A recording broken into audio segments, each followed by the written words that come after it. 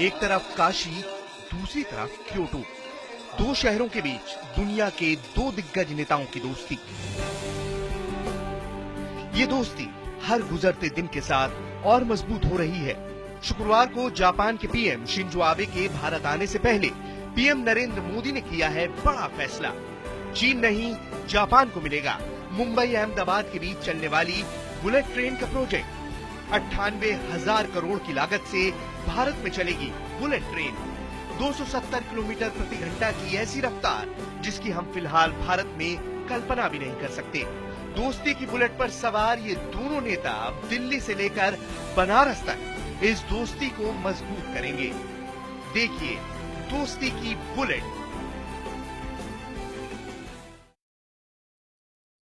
नमस्कार, मैं हूं प्रवीण तिवारी। खबरों में खास में आज बात दोस्ती की बुलेट की। जापान के प्रधानमंत्री शिंजो आबे कल भारत आ रहे हैं। इस दौरे में दो बातों पर सबकी नजर टिकी हुई है। एक, 98,000 करोड़ रुपए के बुलेट ट्रेन प्रोजेक्ट को लेकर जापान से समझौता, और दूसरा शिंजो आबे की काशी यात्रा। बुधवार को ही कैबिनेट ने चीन के प्रस्ताव को किनारे रख जापान की बुलेट ट्रेन को भारत लाने की हरी झंडी दे दी।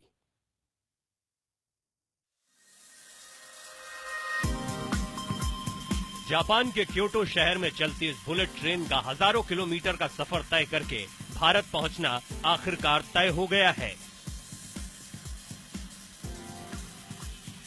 बुलेट ट्रेन यानी गोली की तरह चलने वाली ट्रेन, जिसकी रफ्तार के बारे में करोड़ों हिंदुस्तानी सपने की तरह सुनते थे। इस ट्रेन को सच्चाई में बदलने के लिए पहला बड़ा कदम बुधवार को उठाया गया। कैबिनेट ने जापान के साथ बुलेट ट्रेन के समझौते को हरी झंडी दिखा दी। ये बुलेट ट्रेन चलेगी मुंबई से अहमदाबाद के बीच। पूरे प्रोजेक्ट का खर्च आएगा 98,000 करोड़ रुपए। सरकार का लक्ष्य है इस प्रोजेक्ट को 2023 तक पूरा करने का। आगे बुलेट ट्रेन रूट को दिल्ली तक बढ़ाया जा सकता है, यानी 8 साल बाद मुंबई से अहमदाबाद तक आपको ये बुलेट ट्रेन 270 किलोमीटर प्रति घंटे की रफ्तार से चलते हुए सिर्फ 2 घंटे में पहुंचा देगी, जबकि आज इसी सफर में 8 घंटे से ज्यादा का समय लगता है। बुलेट ट्रेन को लेकर जापान के साथ समझौता प्रधानमंत्री शिंजो आबे की भारत यात्रा के दौरान किया जाएगा। जाहिर है प्रधानमंत्री नरेंद्र मोदी और शिंजो आबे की दोस्ती अब बुलेट पर सवार होगी। भारत में बुलेट ट्रेन प्रोजेक्ट की दौड़ में चीन भी शामिल था, लेकिन चीन की बुलेट ट्रेन के बढ़ते हादसों और जापान की सुरक्षित तकनीक की तुलना के बाद बाजी जापान के हाथ लगी है। बुलेट ट्रेन के लिए रास्ता बनाकर प्रधानमंत्री नरेंद्र मोदी ने अपना बड़ा चुनावी वायदा भी पूरा किया है। मुख्यमंत्री के तौर पर अपनी जापान यात्राओं में भी पीएम ने बुलेट ट्रेन की सवारी की थी। वो सारी सुविधाओं से लैस, एक भी हादसे का शिकार न होने वाली ऐसी बुलेट ट्रेन से बहुत प्रभावित थे। इसके बाद जब केंद्र में उनकी सरकार बनी तो पहले ही रेल बजट में बुलेट ट्रेन की बात कही गई। अब ये तय हो गया है कि बुलेट ट्रेन प्रोजेक्ट के लिए जापान भारत को 1 ट्रिलियन येन का कर्ज देगा। ये कर्ज सिर्फ 0.1% की ब्याज दर पर दिया जाएगा। तो इस एग्रीमेंट का सिग्निफिकेंस ये है, जो हम फ्रांस के साथ करना चाहते हैं या किस अमेरिकन के साथ कोऑपरेट करना चाहते हैं, तो उनका सारा इक्विपमेंट जो है वो बहुत सारे जापान से आता है। वो सिर्फ जापान प्रोड्यूस करता है कुछ क्रिटिकल इक्विपमेंट। तो जापान के साथ जो समझौता है तो एक बहुत इंपॉर्टेंट चीज है। जापान के पास फिलहाल बुलेट ट्रेन का 2,664 किलोमीटर लंबा ट्रैक है। हमारी सोच और बुलेट ट्रेन के सपने को साकार करने की कोशिशों से भी 50 साल पहले यानी आधी शताब्दी पहले ही जापान में बुलेट ट्रेन चलनी शुरू हो गई थी। उस वक्त इस योजना को बनाने वालों को पागलों का गैंग तक कहा गया, लेकिन 1964 में जब पहली बार जापान में बुलेट ट्रेन चली तो ये दूसरे विश्व युद्ध में तकरीबन बर्बाद हो चुके जापान के विकास का प्रतीक बन गई थी। रेलवे को देश के विकास का ग्रोथ इंजन कहने वाले प्रधानमंत्री मोदी अब अपने दोस्त शिंजो आबे के देश की इसी विरासत को भारत लेकर आ रहे हैं। Bureau report, IBN 7। Bullet train के अलावा लोगों की निगाहें वाराणसी में गंगा आरती कार्यक्रम पर भी टिकी है, जिसे देखने के लिए प्रधानमंत्री मोदी और शिंजो आबे 12 दिसंबर को बनारस पहुंचेंगे। आखिर क्यों पीएम मोदी ने पीएम आबे को खास तौर पर काशी की गंगा आरती के लिए न्योता दिया? देखिए वाराणसी से वासुदेव त्रिपाठी की खास रिपोर्ट।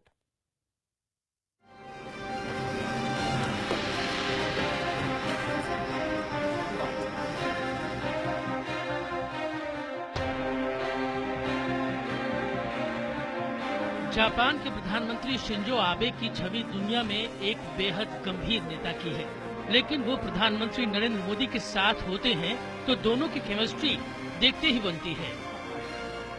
दोनों नेताओं के बीच सियासी और कूटनीतिक रिश्तों से इतर करीबी दोस्ती का रिश्ता तब से है जब पीएम मोदी गुजरात के मुख्यमंत्री के तौर पर 2 बार जापान गए थे और शिंजो आबे ने उनकी खास मेहमान नवाजी की थी।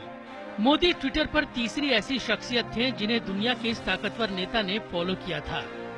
पीएम मोदी और आबे की पर्सनल केमिस्ट्री की तरह ही भारत और जापान के रिश्तों में भी सदियों से एक भावनात्मक और सांस्कृतिक रिश्ता रहा है। प्रधानमंत्री मोदी शिंजो आबे के साथ अपनी दोस्ती के जरिए भारत जापान के इसी पुराने रिश्ते को नई ताजगी देना चाहते हैं।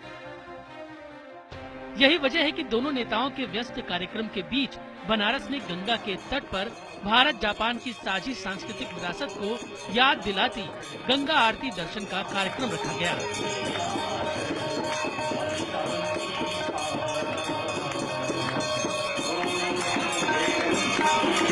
चीन के राष्ट्रपति शी जिनपिंग जब सितंबर 2014 में भारत आए थे तो प्रधानमंत्री नरेंद्र मोदी ने पहली बार किसी राष्ट्राध्यक्ष की दिल्ली से बाहर साबरमती के तट पर मेहमान नवाजी की थी और अब प्रधानमंत्री मोदी जापान के प्रधानमंत्री शिंजो आबे के साथ वाराणसी में गंगा तट पर गंगा आरती दर्शन करेंगे। इसलिए ये कार्यक्रम एक सांस्कृतिक कार्यक्रम तो है ही, लेकिन साथ ही कूटनैतिक लिहाज से भी बेहद अहम है। प्रधानमंत्री मोदी जब पिछले साल अगस्त में जापान गए थे तो वहां के प्रसिद्ध सांस्कृतिक शहर क्योटो भी गए थे, जहां उन्होंने 2 ऐतिहासिक बौद्ध मंदिरों के दर्शन किए थे। क्योटो ने पीएम मोदी को इस तरह प्रभावित किया कि वो अपने संसदीय क्षेत्र काशी को भी क्योटो की तरह ही आध्यात्मिक रूप से दिव्य और आधुनिक रूप से भव्य बनाने का सपना लेकर आए। इसके बाद काशी और क्योटो के बीच समझौता भी हुआ कि किस तरह बनारस को क्योटो की तर्ज पर विकसित किया जाए। अब जापान के प्रधानमंत्री का काशी आना और गंगा के तट पर गंगा आरती का दर्शन करना दोनों देशों के बीच एक नए विश्वास को आगे बढ़ाएगा। जापान के प्रधानमंत्री माननीय शिंजो आबे-सान ने और भारत के प्रधानमंत्री माननीय श्री नरेंद्र मोदी जी ने फैसला किया कि वो वाराणसी आएंगे। यहाँ पे दशाश्वमेध घाट पे गंगा आरती का भी वो दर्शन देंगे। दोनों राष्ट्राध्यक्षों की इस काशी यात्रा से शहर के लोगों में भी जबरदस्त उत्साह है। भारत आने वाले जापान के तमाम टूरिस्टों में भी दोनों देशों की साझी संस्कृति को समझने की चाहत बढ़ रही है। दिल्ली से दूर काशी में गंगा के तट पर जब 12 दिसंबर की शाम को गंगा आरती की ज्योति जलेंगी तो इससे भारत और जापान की दोस्ती को एक नई रोशनी मिलेगी। ये रोशनी भारत और जापान की सदियों पुरानी साझा विरासत में एक नई चेतना तो फूंकेगी ही, लेकिन साथ ही इससे काशी और भारत के विकास के नए रास्ते भी जगमगा उठेंगे। कैमरा पर्सन देवेश के साथ वासुदेव त्रिपाठी, IBN 7, वाराणसी। गंगा न सिर्फ हमारे देश की सांस्कृतिक और आध्यात्मिक पहचान है, बल्कि दुनिया भर में फैले करोड़ों लोगों की आस्था का केंद्र भी है। यही वजह है कि काशी के घाटों पर होने वाली गंगा आरती पर्यटकों में खासी लोकप्रिय हो रही है। गंगा आरती के इतिहास पर देखते हैं वासुदेव की एक और रिपोर्ट।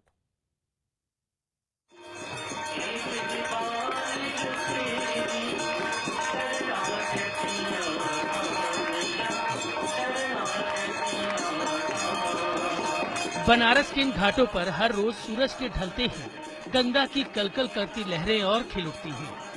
सैकड़ों टिमटिमाते दीप, ऐसा लगता है जैसे गुनगुनाती गंगा का भक्तों ने टिमटिमाते सितारों से श्रृंगार कर दिया हो।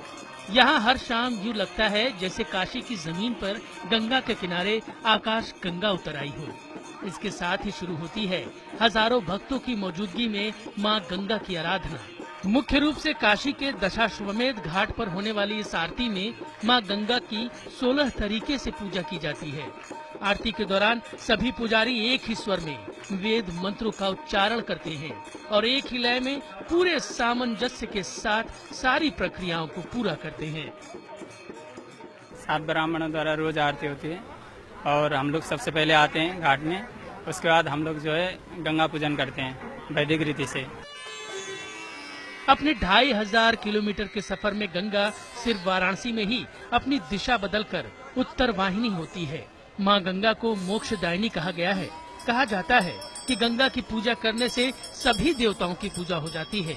इसी वजह से बनारस में गंगा आरती का खास महत्व है। संसार में 4 तत्व ही सारभूत है। काश्याम वासः, काशी में निवास करना, सज्जनों की संगति करना, गंगा में स्नान करना या गंगा का दर्शन करना या गंगा का स्पर्श करना और भगवान शिव की पूजा। तो ये 4 तत्व अनायास व्यक्ति को काशी में मिल जाता है। काशी के घाटों पर आरती का जो भव्य रूप अब देखने को मिलता है, जिस भव्य रूप को जापान के प्रधानमंत्री शिंजो आबे देखेंगे, उसकी शुरुआत दशाश्वमेध घाट पर 1991 में हुई थी। बाद में गंगा आरती का ये कार्यक्रम बेहद लोकप्रिय होता चला गया और काशी के कई और घाटों पर भी गंगा आरती का आयोजन किया जाने लगा। गंगा सेवा निधि की स्थापना सन 1991 में हुई थी।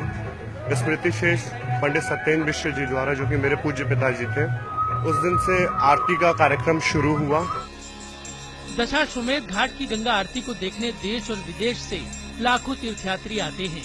नेता हो, अभिनेता हो या फिर सामान्य भक्त। काशी के घाट पर जब वेद मंत्रों के उच्चारण के साथ गंगा की आरती की ज्योति जलती है, तो हर कोई इस आध्यात्मिक संगीत से जुड़ने के लिए इन घाटों पर आकर बैठ जाना चाहता है।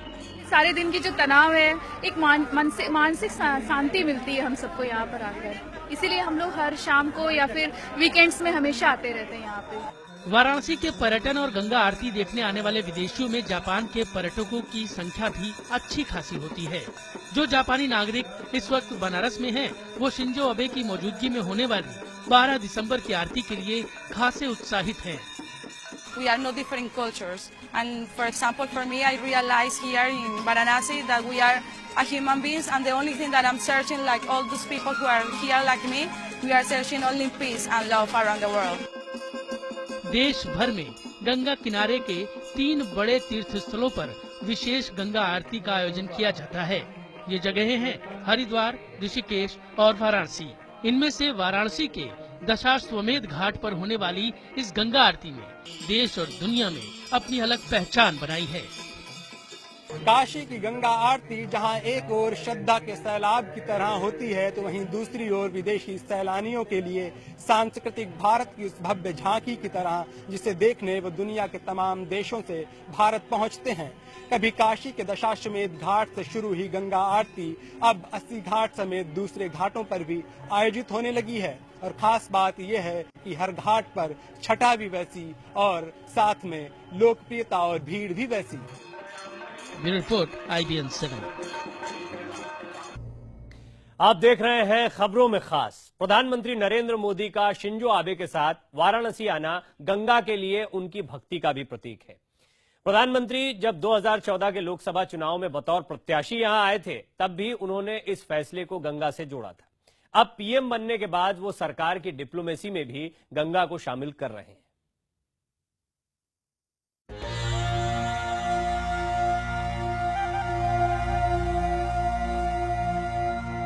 प्रधानमंत्री नरेंद्र मोदी और गंगा, ये 2 नाम पिछले लोकसभा चुनाव में ऐसे जुड़े कि अब इन्हें अलग कर पाना नामुमकिन होगा। चुनाव के दौरान पीएम मोदी ने गंगा की सफाई को शुरुआत से ही बड़ा मुद्दा बनाया। बीजेपी के घोषणा पत्र में भी इसे अहमियत दी गई। इसके बाद वाराणसी में अपनी पहली चुनावी रैली में पीएम मोदी ने गंगा को साबरमती की तर्ज पर स्वच्छ करने का वायदा भी किया था। पीएम ने तब कहा था कि उन्हें तो चुनाव लड़ने के लिए मां गंगा ने बुलाया है। न मुझे किसी ने भेजा है, न मैं यहाँ आया हूँ, मुझे तो मां गंगा ने बुलाया है। गंगा मोदी के चुनाव अभियान का ही हिस्सा नहीं रही, बल्कि चुनाव जीतने के बाद वो अगले ही दिन बनारस पहुंचे और दशाश्वमेध घाट पर गंगा आरती में शामिल हुए। जीत के बाद पीएम मोदी ने काशी को पहली बार गंगा के तट से ही संबोधित किया। गंगा के किनारे खड़े होकर के संकल्प करके जाना है कि अब काशी की पहली हमारी जिम्मेवारी है, अब हम काशी को गंदा नहीं होने दें। ये सब हम मिलकर के करेंगे। मैं आपके साथ कंधे से कंधा मिलाकर के काम करना चाहता हूं। पीएम ने जब स्वच्छ भारत अभियान का आगाज किया था तो इसे आगे बढ़ाने के लिए खुद वाराणसी आकर 80 घाट की सफाई की थी। 80 घाट पर पीएम मोदी को गंगा पूजन कराने वाले बताते हैं कि उस वक्त भी पीएम इस बात का ध्यान रख रहे थे कि पूजा की सामग्री से गंगा मैली न हो। उन्होंने हमसे स्पष्ट कहा था कि पंचामृत भी इसमें अल्प मात्रा में चढ़वाइए। या तो ही वहां पे दुग्ध की मात्रा बहुत थी, लेकिन उन्होंने कहा नहीं, ये सब जो है गंगा में प्रदूषण कारक होते हैं, इसलिए बहुत स्वल्प मात्रा में उन्होंने पंचामृत भी चढ़ाया। और उन्होंने कहा भी कि आगे से भी लोगों को प्रेरित करिए कि गंगा में पूजन सामग्री भी उतनी डाली जाए जितने से कि मां गंगा के जल में किसी प्रकार का प्रदूषण व्याप्त न हो सके। प्रधानमंत्री मोदी ने अपनी सरकार की नीतियों में भी गंगा को खास तवज्जो दी है। केंद्र सरकार ने गंगा की स्वच्छता के लिए पहली बार अलग से मंत्रालय भी बनाया और लंबे समय से गंगा के मुद्दे पर काम करती आ रही उमा भारती को इसकी जिम्मेदारी दी गई। प्रधानमंत्री नरेंद्र मोदी ने काशी के इस 80 घाट की सफाई की थी। आज वो अपनी स्वच्छता की वजह से चमक रहा है। गंगा की सफाई के लिए दोनों वित्तीय वर्षों में 2000 करोड़ से ज्यादा की रकम देकर मोदी सरकार ने निर्मल गंगा की उम्मीद को भी रोशनी दी है। और अब ये प्रधानमंत्री मोदी का गंगा प्रेम ही है जो वो दूसरे देशों के साथ रिश्तों को भी गंगा के किनारे गढ़ने की कोशिश कर रहे हैं। तो दोस्ती के बुलेट यानी तकनीक में तो दोनों देश साथ आएंगे ही। जापान और भारत की दोस्ती में नई इबारत होगी, लेकिन साथ ही साथ संस्कृति की बात करें, आस्था की बात करें तो ये इबारत नए सिरे से नए तरीके से लिखी जाएगी गंगा के घाट पर भी, जब जापान के प्रधानमंत्री और भारत के प्रधानमंत्री साथ में मां गंगा की आरती करेंगे। खबरों में खास का सफर आज यहीं तक। देखते रहिए IBN 7, जहां खबरें जारी।